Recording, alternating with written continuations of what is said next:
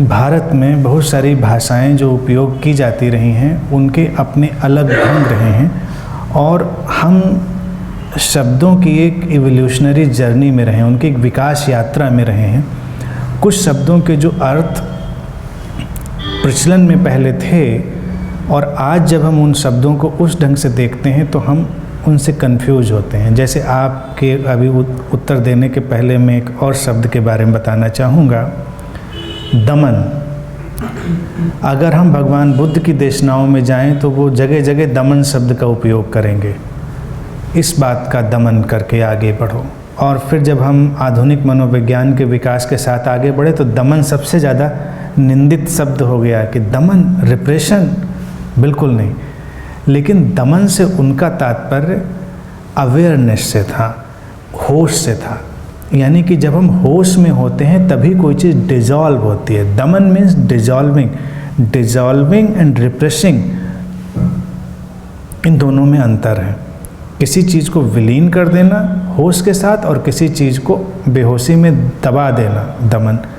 अब वो अपने ढंग से शब्द का उपयोग कर रहे थे। तो वक्त के साथ सब शब्दों के मायने बदलते हैं। द्रव्य जब हमारा पुराना लिटरेचर उपयोग करता है शब्द का तो वो इतना कहना चाहता है कि ये सारे फैक्टर हमें बनाने में काम आते हैं, दे क्रिएट अस। इसीलिए 5 तत्व या जो भी काल और ये सब आपने जो बातें कही, ये सब हमको बना रहे हैं। और जो हमको बना रहा है वो कहीं ना कहीं से पकड़ में आने वाली चीज़ होनी ही चाहिए। इसीलिए हमको बना रहा है, मन हमको बना रहा है, हमारी बुद्धि हमको बना रही है, समय बना रहा है, हमको 5 तत्व बना रहे हैं। द्रव्य का या पुराने उसमें जो मतलब है वो ये है कि द क्रिएटिंग फोर्सेस। अगर उसको हम आधुनिक भाषा में ट्रांसलेट करेंगे तो it is simply creating forces. उनको हम अलग कर देंगे तो हमारा होना डिसइंटीग्रेट हो जाएगा, हम ख़त्म हो जाएंगे, हम समाप्त हो जाएंगे। तो ये तो बड़ी अद्भुत बात है ही है कि समय भी हमारे बनाने में भूमिका अदा कर रहा है। आकाश में बाकी के 4 तत्व होल्ड किए जाते हैं। हमारा मन जो पैदा होता है हमें विचार की शक्ति देता है, हमें सोचने समझने की शक्ति देता है। बुद्धि जो हमको विवेक और ध्यान की, होश की दशाओं की ओर ले जाने की यात्रा में काम करती, तो सब कुछ हमको बना ही रहा है। तो whatever is creating our existence, it is creative force.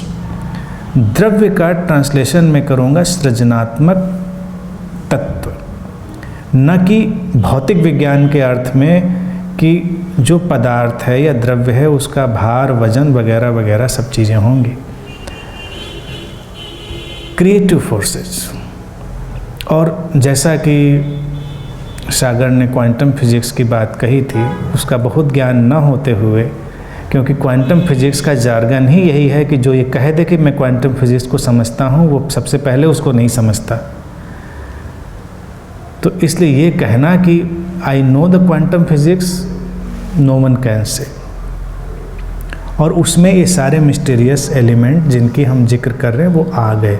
हमारा विज्ञान भी आजकल बिल्कुल मिस्टिकल लैंग्वेज में बात करता है और यूनिवर्स को क्रिएट करने वाली फोर्सेज सिंपली।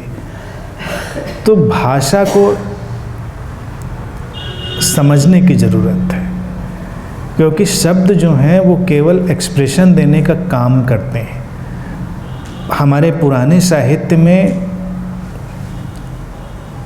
शब्दों का बड़ा सुंदर उपयोग हुआ, लेकिन इतना यकीन हमें करना होगा कि हम डे बाय डे अभिव्यक्ति करने के नए नए उपाय और शब्द ढूंढते चले जा रहे हैं। आज हम ज़्यादा कुशल हैं क्योंकि हमारी डिक्शनरी बढ़ी हुई है, हमारा परसेप्शन बढ़ा हुआ है, हमारा एक्सपीरियंस बढ़ा हुआ है। और हमसे आगे जब कोई आएगा तो उसका और वाइड हो जाएगा।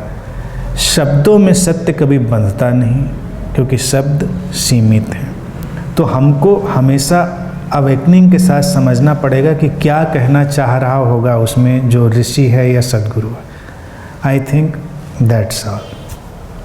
आज के लिए इतनी ही बात।